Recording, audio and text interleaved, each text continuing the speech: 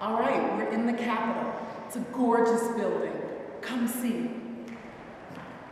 One of the things I love about the Capitol that I don't know if you know, but each of the counties are listed on the ceiling, all around the building. So many different things. And if you notice, look at the globe. The globe says MLK Boulevard, exit. I have to look at the globes all the time in order to figure out which direction I need to go in the Capitol because the interior looks the same everywhere. Hey. But this is the rotunda. And the rotunda is really a reflection of just the beauty that's in the place. There's Lady Justice, who's on one end, and Mr. Legislation on another corner. And then you have the government looking regal. And of course, Lady Liberty. I love the beauty of this building.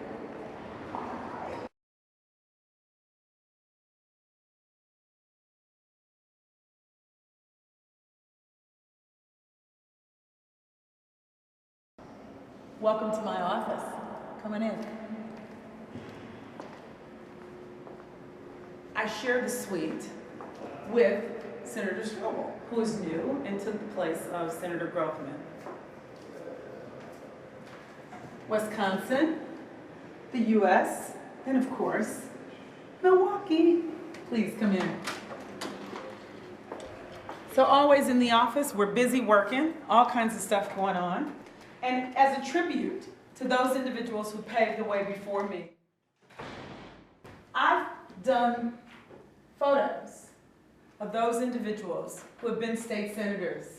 Monroe Swan, Gary George, Gwen Moore, Spencer Cobbs, and then the two of us who are the present senators now, myself and Senator Nakia Dodd.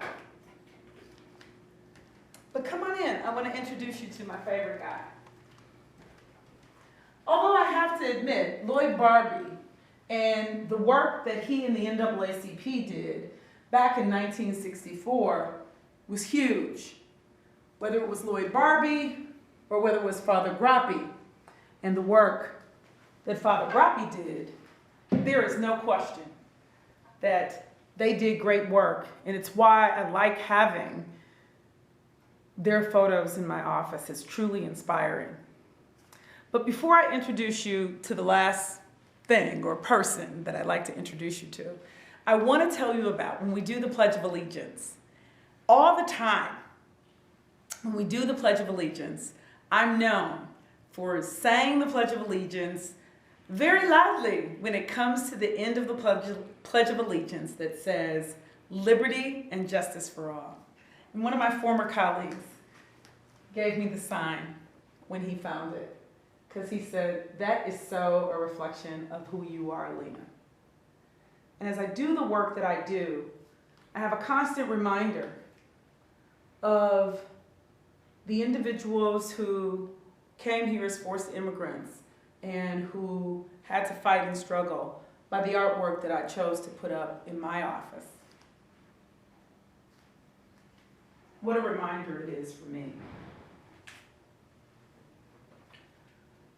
But let me introduce you to a guy named Ezekiel Gillespie.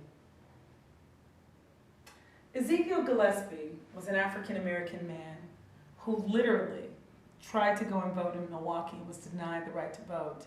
And Ezekiel Gillespie sued all the way to the Supreme Court of the state of Wisconsin.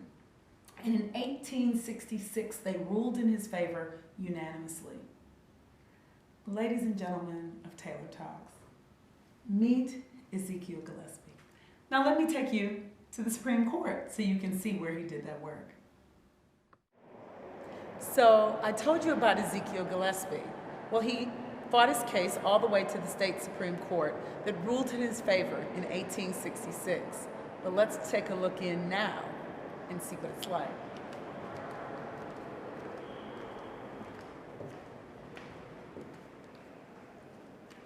This is the chamber of the Supreme Court of the state of Wisconsin.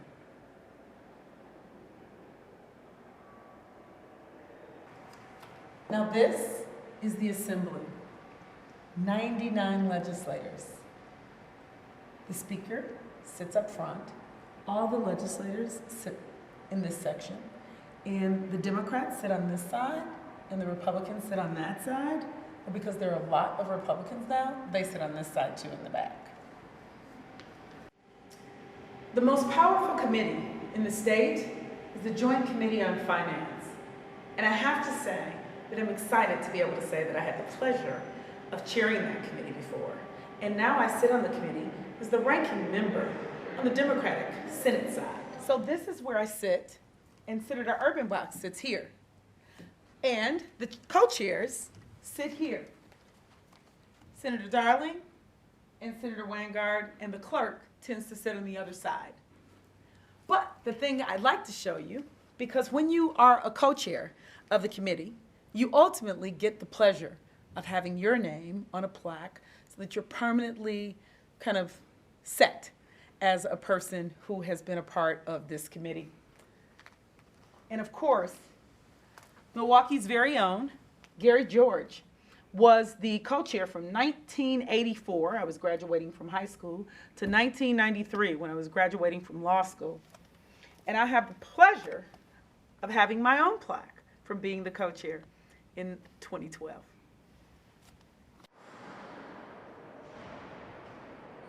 So there is a minority leader and there is a majority leader.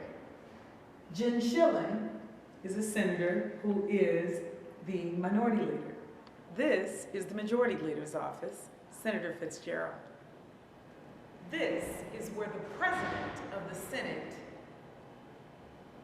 makes sure everything runs smoothly. This was my first seat ever in the Senate. This is where I sit in the Senate, next to Senator Urbanbach and Senator Tim Carpenter. So we're in the hall on the second floor, and one of the things I love about this hall is it lists all of the legislators that have been in the Senate. The first, Billings, all the way through, up and down, in order, individuals who have been legislators. And the part that is amazing, it's not till we get right around here that we begin to finally get people of color and women who have become legislators. Isn't that something? All of that wall till we get to here. And then let me show you the best one of all for me. Yep, right there, number 1,000, Lena Taylor. That's my spot.